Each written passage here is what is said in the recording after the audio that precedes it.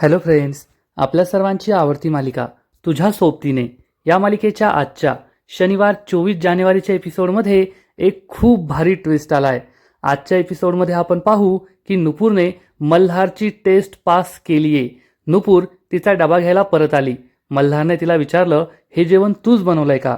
नुपूर हो म्हणाली, पण मल्हारचा विश्वास बसत नव्हता. म्हणून मल्हारने तिला 15 मिनिटांच्या आत डब्यातली हिरवी चटणी पुन्हा एकदा बनवायला सांगितली. आणि मग नुपूरने ही चटणी जशीच्या तशी बनवून दिली. मल्हारला चटणी खूप आवडली. त्याला त्याच्या आईची आठवण झाली आणि मल्हारने नुपूरला हेड शेफची पोस्ट दिली आणि तिला हेड शेफची पोस्ट तर मिळाली आहे, पण याच्यापेक्षा मोठा ट्विस्ट आला आहे आणि तो म्हणजे नुपूरने जास्तीत जास्त 10-20 लोकांचा स्वयंपाक बनवला आहे. पण या लग्नामध्ये 300 लोकांचा स्वयंपाक बनवायचा होता. आणि जेव्हा तिच्या आजूबाजूचे शेफ, तिचे मदतनीस तिला विचारत होते की मॅडम किती किलो बटाटे घ्यायचे, मसाले किती घ्यायचे, हे किती घ्यायचं, ते किती घ्यायचं, आणि हे ऐकून नुपूर खूप घाबरली. मला 300 लोकांचा स्वयंपाक बनवता येणार नाही असं म्हणून ती तेथून पळून गेली. मग आता नुपूर तर तेथून पळून गेली आहे. मल्हारच्या इव्हेंटचं काय होणार, त्याच्या कंपनीचं काय होणार, हे सगळं पाहणं खूप इंटरेस्टिंग आहे. आणि नेमकं काय घडलंय हे जाणून घेण्यासाठी हा व्हिडिओ शेवटपर्यंत नक्की पहा. तर फ्रेंड्स, आजच्या एपिसोडच्या सुरुवातीलाच मल्हार नुपूरची वाट पाहत असतो आणि हा डबा घ्यायला ती डबेवाली नक्की येईल असा त्याचा विश्वास असतो. आणि तेथे तायडी सुद्धा उभी असते. तायडी मल्हारला म्हणते, मल्हार, हा शुद्ध मूर्खपणा आहे. तू तिची वाट का पाहतोय? पण मल्हारचा विश्वास असतो ती डबेवाली डबा घ्यायला नक्की येणार. तायडे, तिच्यासाठी आपण वाट पाहूया. त्यामुळे तायडीचा सुद्धा नाईलाज होतो. तायडी म्हणते, पण आपण खूप मोठी रिस्क घेतोय. मल्हार तिला सांगतो, फक्त मला 1 तास दे. जर 1 तासाच्या आत ती मुलगी आली नाही तर मग मी तू जे म्हणशील तेच करेल. त्यामुळे तायडीचा सुद्धा नाईलाज होतो आणि हे दोघेही डबेवालीचा म्हणजेच नुपूरची वाट पाहत बसतात.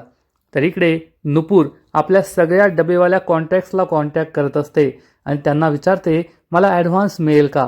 परंतु कुणीही तिला ॲडव्हान्स द्यायला तयार होत नाही. त्यामुळे नुपूर खूप टेन्शनमध्ये येते. आता पैशांची व्यवस्था कशी करायची आणि त्या चावरे वकीलला पैसे कसे द्यायचे हाच प्रश्न नुपूरला पडतो. तर इकडे मल्हार अजूनही नुपूरची वाट पाहत असतो. दीप त्याला विचारतो, मल्हार तू काय करतोय? किती मोठी रिस्क घेतोय? आपण त्या मुलीची अजून किती वेळ वाट पाहायची? ती येईल की नाही? तर मल्हार म्हणतो, ती नक्की येईल, मला विश्वास आहे, तू काळजी करू नको. पण नुपूर येण्याआधी, डबेवाली येण्याआधी ज्या मुलाचं लग्न आहे त्या मुलाची आई मिसेस खांडेकर येते आणि ती मल्हारला जाब विचारते, तुमच्या शेफची व्यवस्था झाली की नाही? शेफ तुम्हाला मिळाला की नाही? मल्हार सांगतो, शेफ मिळालाय, परंतु अजून त्याच्याशी कॉन्टॅक्ट होत नाहीये.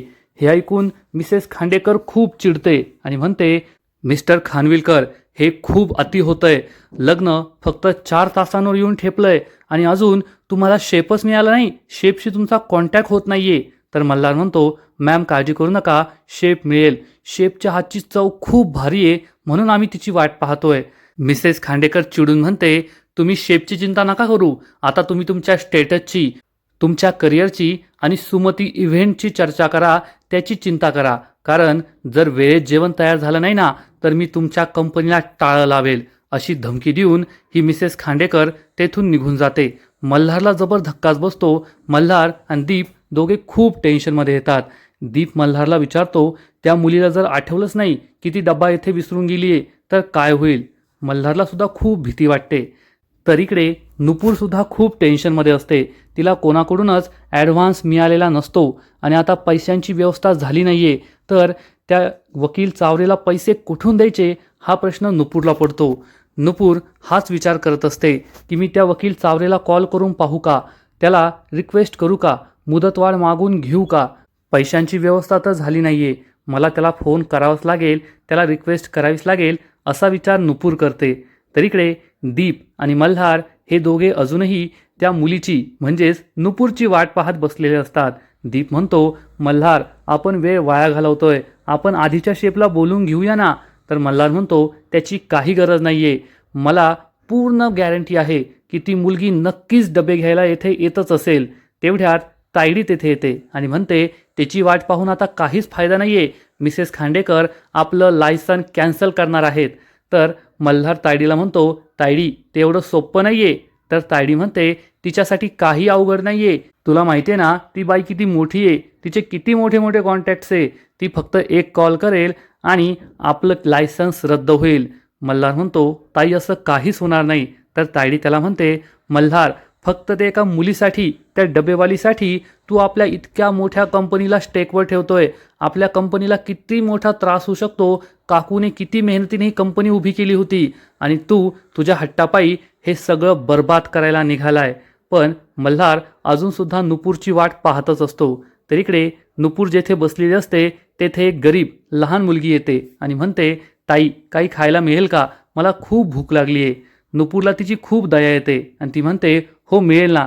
नुपूरला वाटतं की आशाने दिलेला डबा अजूनही तिच्या बॅगमध्येच आहे. ती बॅग उघडते तर तिला जबर धक्काच बसतो. डबा कोठे गेला हा प्रश्न तिला पडतो आणि तेव्हा तिला आठवतं, डबा तर सुमती इव्हेंट्समध्येच राहून गेला आणि ती लगेचच इकडे यायला निघते. तर मल्हार आणि दीप अजूनही नुपूरची वाट पाहत असतात. तर नुपूर त्याच वेळेस रिक्षामध्ये या ठिकाणी पोहोचते आणि आतमध्ये येते. तर इकडे तायडी ही मल्हारला समजावून सांगते, मल्हार अजूनही वेळ गेलेली नाहीये. आपण आपल्या जुन्या शेपला बोलवून घेऊया, तो आपली मदत करेल, नाहीतर सगळं प्रकरण हाताबाहेर जाईल. पण मल्हार म्हणतो, नाही तायडी, नक्कीच ती मुलगी येतच असेल, माझा पूर्ण विश्वास आहे. आणि त्याच वेळेस नुपूर सुमती इव्हेंट्समध्ये पाय ठेवते आणि विचार करते, आजच मी विचार केला होता येथे आयुष्यात पुन्हा पाय ठेवणार नाही आणि आजच मला परत पाय ठेवावा लागला. असा विचार करून ती आतमध्ये येते आणि आपला डबा शोधू लागते. पण तिला डबा कोठे दिसतच नाही. ती आजूबाजूला शोधत असते. तेवढ्यात तिला स्टेजवर तिचा डबा दिसतो आणि नुपूर हा डबा घ्यायला स्टेजवर येते आणि मल्हार हा आपल्या टेंट बाहेर येतो. तो आजूबाजूला पाहतो. तेवढ्यात त्याला दिसतं की एक मुलगी स्टेजवरून डबा घेऊन चालली आहे आणि तो जोरात ओरडतो, ए थांब. परंतु नुपूरला त्याचा काही आवाज ऐकू येत नाही. मल्हार हा जीवाच्या आकांताने तिच्या मागे मागे धावतो. तर नुपूर ही पुढे पुढे जात असते. तेवढ्यात नुपूरला ठेस लागते आणि ती खाली पडणार. इतक्यात मल्हार तेथे पोहोचतो. मल्हार तिचा हात पकडतो आणि त्याचा पाय बटनावर पडतो. नवरा नवरीसाठी जी अरेंजमेंट असते की फुलं डोक्यावर पडतील, ती अरेंजमेंट या दोघांवरच होते आणि नुपूरला मल्हार जवळ घेतो. अगदी फिल्मी स्टाईल पोज ते देतात आणि आकाशातून त्यांच्यावर पुष्पवर्षा होत असते. नुपूर आणि मल्हार एकमेकांकडे पाहतच राहतात. दोघांनाही आठवतं की ही आपली पहिली भेट नाहीये, तर तिसरी भेट आहे. याच्या आधी नुपूर ही त्याच्या गाडीसमोर आली होती आणि त्यानंतर जेव्हा नुपूरची पर्स चोराने पळून नेली होती तेव्हा मल्हारनेच तिची पर्स परत आणून दिली होती. आणि मग मल्हार हा नुपूरला वर घेतो आणि विचारतो, जेव्हा कधी मला घाई असते तुम्हीच माझ्यासमोर कसे काय येता. तर नुपूर म्हणते, मी तर माझा डबा घ्यायला आले होते. मल्हारला आश्चर्य वाटतं आणि तो विचारतो, हा डबा तुमचा आहे का.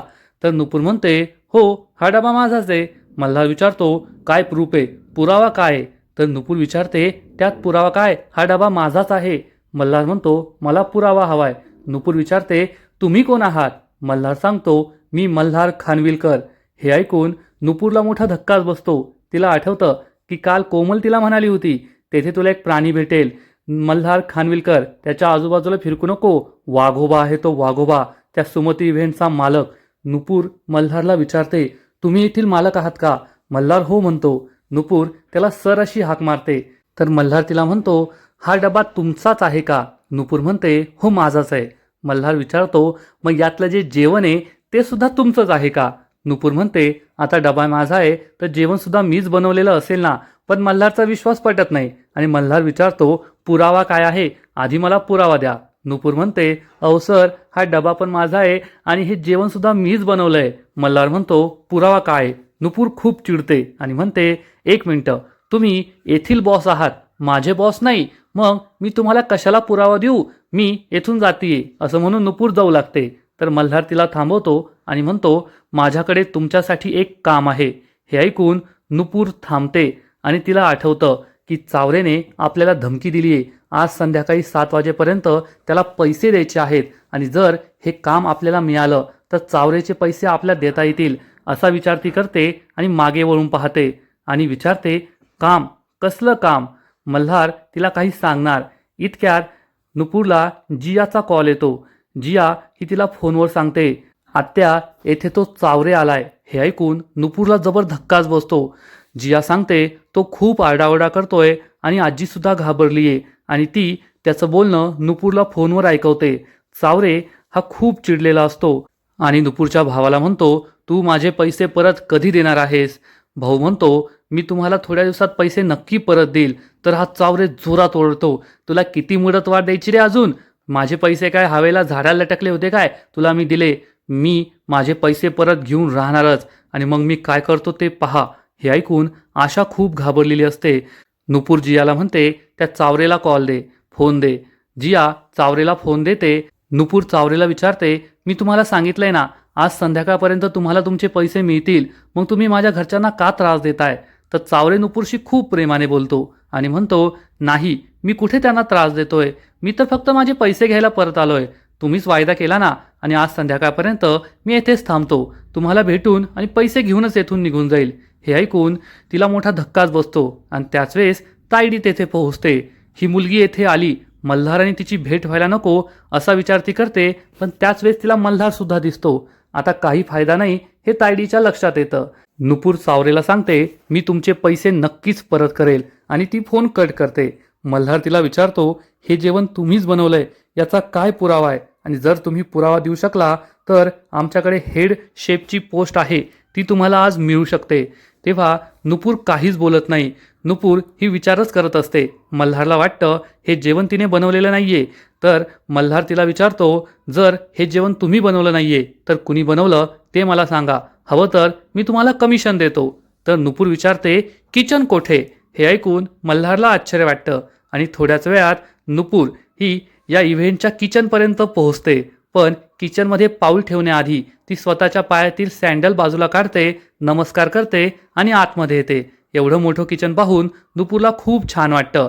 मल्हार आणि दीप तिच्या मागे मागे येत असतात तर नुपूर चक्क मल्हारला सांगते, शूज बाहेर काढून या प्लीज. हे ऐकून मल्हारला आश्चर्याचा धक्काच बसतो. नुपूर त्याच्याकडे वळून पाहते आणि म्हणते, सर आपल्या संस्कृतीमध्ये आपण अन्नाला परब्रह्म म्हणतो, म्हणजे देवच मानतो आणि किचन हे देऊळच आहे ना जेथे आपण अन्न बनवतो. मग देवळात आपण चप्पल घालून जातो का? नाही ना, म्हणून तुम्ही सुद्धा शूज बाहेरच काढा.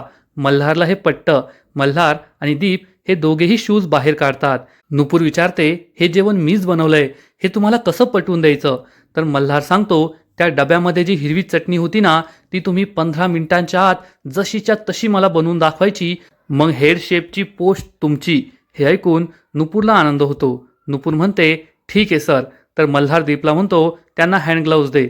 नुपूर त्यासाठी नकार देते आणि म्हणते, हँड ग्लोव्ज कशाला, मी हाताने जेवण बनवते ना. तर मल्हार म्हणतो, येथील काही नियम आहेत. पण नुपूर म्हणते, जर मी हँड ग्लोव्ज घातले तर माझ्या हातची चव जेवणात कशी उतरेल? आणि तुम्ही जो डबा खाल्लाय ना तो मी हँड ग्लोव्ज न घालताच बनवलाय.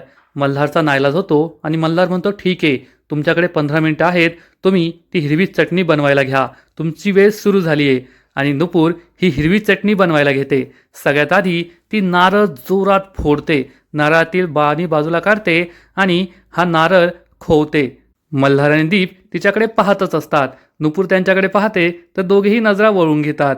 नुपूरची तयारी सुरू असते. नुपूर या चटणीमध्ये खोबऱ्याचा किस, लसूण, चिंच हे सगळे इन्ग्रेडियंट्स टाकत असते आणि त्यानंतर ती मिक्सरमध्ये हे सगळं ग्राइंड करून घेते.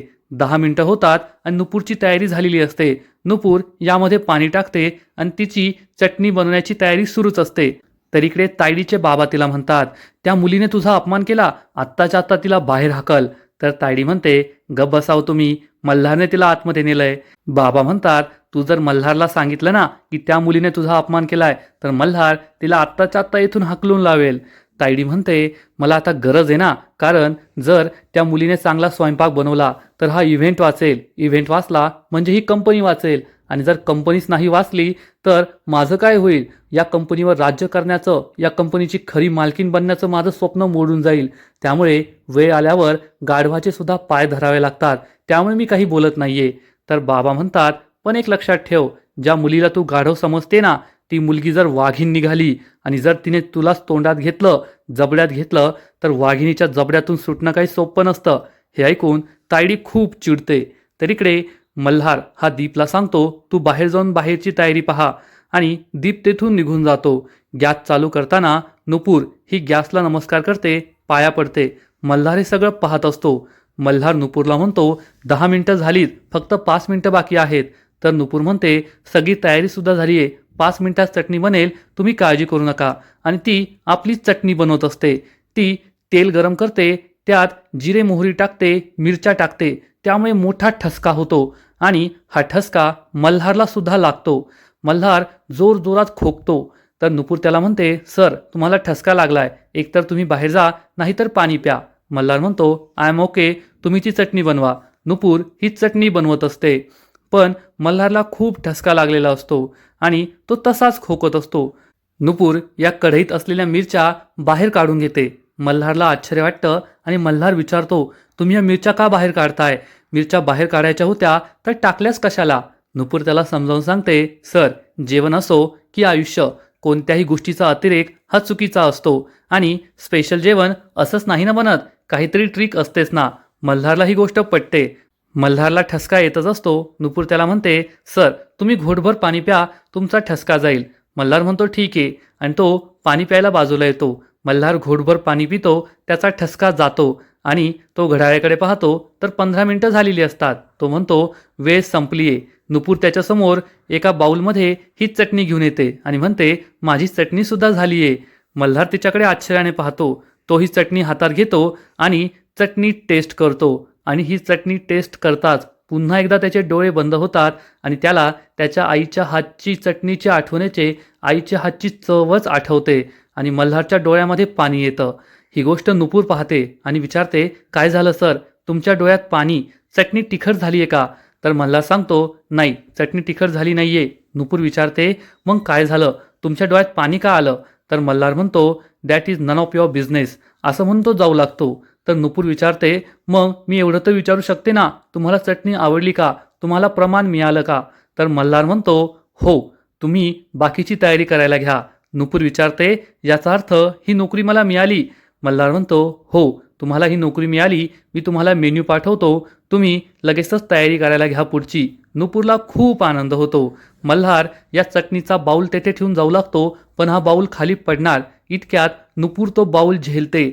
मल्हारला खूप आश्चर्य वाटतं आणि मल्हार म्हणतो थँक यू, नाहीतरी सगळं वाया गेलं असतं.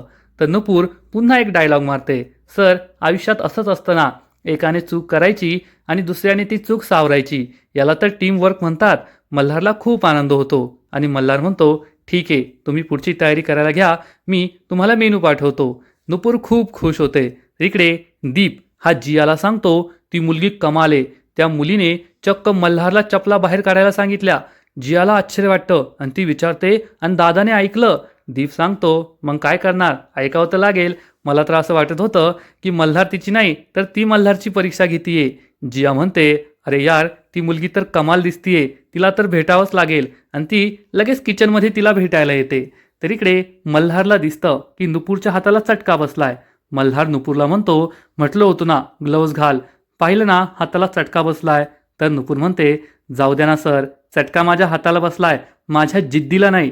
आणि मल्हार तिच्याकडे पाहतच राहतो की ही मुलगी एकानंतर एक काय डायलॉग मारतीये आणि खरंच ही मुलगी किती चांगली आहे, किती हुशार आहे आणि तो खूप इम्प्रेस होतो. नुपूर त्याच्याकडे पाहून स्माईलच करत असते, कारण तिला ही नोकरी मिळाली आहे आणि आता तिला पैशांची व्यवस्था करता येईल म्हणून तिला आनंद झालेला असतो. तर फ्रेंड्स खरंच तुझ्या सोबतीने या मालिकेचा आजचा एपिसोड खूप भारी होता. नुपूरने जी हिरवी चटणी बनवली आहे आणि बनवताना जे काही दाखवलं गेलं ते पाहायला खूप मजा आली. आजचा एपिसोड खूप भारी होता. आजचा एपिसोड तर भारी होता, पण या मालिकेचा पुढील एपिसोड आणखीन भारी असणार आहे. या मालिकेत आणखीन मोठा ट्विस्ट येणार आहे. मग नेमकं घडणार तरी काय? तर फ्रेंड्स पुढील एपिसोडमध्ये आपण पाहू की तायडी ही मल्हारला विचारणार तू त्या मुलीला हेड शेफची पोस्ट दिली का? मल्हार हो म्हणेल. तर तायडी त्याला विचारणार तू फक्त तिने एक चटणी बनवली म्हणून तिला हेड शेफची पोस्ट दिली, पण 300 लोकांचा स्वयंपाक बनवणं काही सोपं काम नाहीये. 8-10 डबे बनवणं किंवा घरात 10 लोकांचा स्वयंपाक बनवणं आणि 300 लोकांचा स्वयंपाक बनवणं यात खूप मोठा फरक असतो. तिला ते जमणार आहे का? मल्हारला सुद्धा वाटेल की खरंच त्याने चूक तर नाही ना केली नुपूरला हेड शेफ बनवून. आणि घरचं सुद्धा तसंच, कारण जेव्हा जेवण बनवायची वेळ येते तेव्हा नुपूरच्या आजूबाजूला 8 ते 10 शेफ असतात आणि सगळेजण नुपूरला विचारत असतात मॅम किती किलो बटाटे घ्यायचे आहेत, मसाला किती बनवायचा आहे. आणि हे सगळं ऐकून नुपूर चांगलीच घाबरते, कारण नुपूरने आधी कधीच एवढ्या लोकांचा स्वयंपाक बनवलेला नसतो. तिने जास्तीत जास्त 15-20 लोकांचा स्वयंपाक बनवलेला असतो आणि 300 लोकांचा स्वयंपाक बनवणं आपल्याला काही शक्य नाहीये. एवढा पसारा सांभाळणं शक्य नाहीये हे नुपूरला समजतं. ती खूप घाबरते आणि तिथून पळून जाते. पण मल्हार तिला थांबवतो आणि विचारतो, काय झालं? खूप कमी वेळ बाकी आहे, अजून स्वयंपाक बनला नाही का? नुपूरला त्याला काय उत्तर द्यावं हे समजतच नाही. नुपूर त्याच्याकडे पाहतच राहते. मल्हार तिला जाब विचारतो, काय झालं? तू शांत काय? स्वयंपाक अजून बनला की नाही? आणि हे पाहून तायडी खूप खुश होते. म्हणजे एकूणच आता या मालिकेत खूप भारी ट्विस्ट येणार आहे. मग नुपूरला या 300 लोकांचा स्वयंपाक बनवता येईल की नाही हे पाहणं खूप इंटरेस्टिंग असेल. तर फ्रेंड्स, तुम्हाला सुद्धा ही मालिका आवडते ना? नक्कीच कमेंट करून सांगा. आणि तुझ्या सोबतीने या मालिकेचे असेच नवीन नवीन अपडेट्स सर्वात आधी जाणून घेण्यासाठी व्हिडिओला लाईक करा, शेअर करा, चॅनलला सबस्क्राईब करून बेल आयकॉनवर क्लिक करा. म्हणजे या मालिकेचे नवीन नवीन एपिसोड तुम्हाला सर्वात आधी पाहायला मिळतील. खूप खूप खूप धन्यवाद.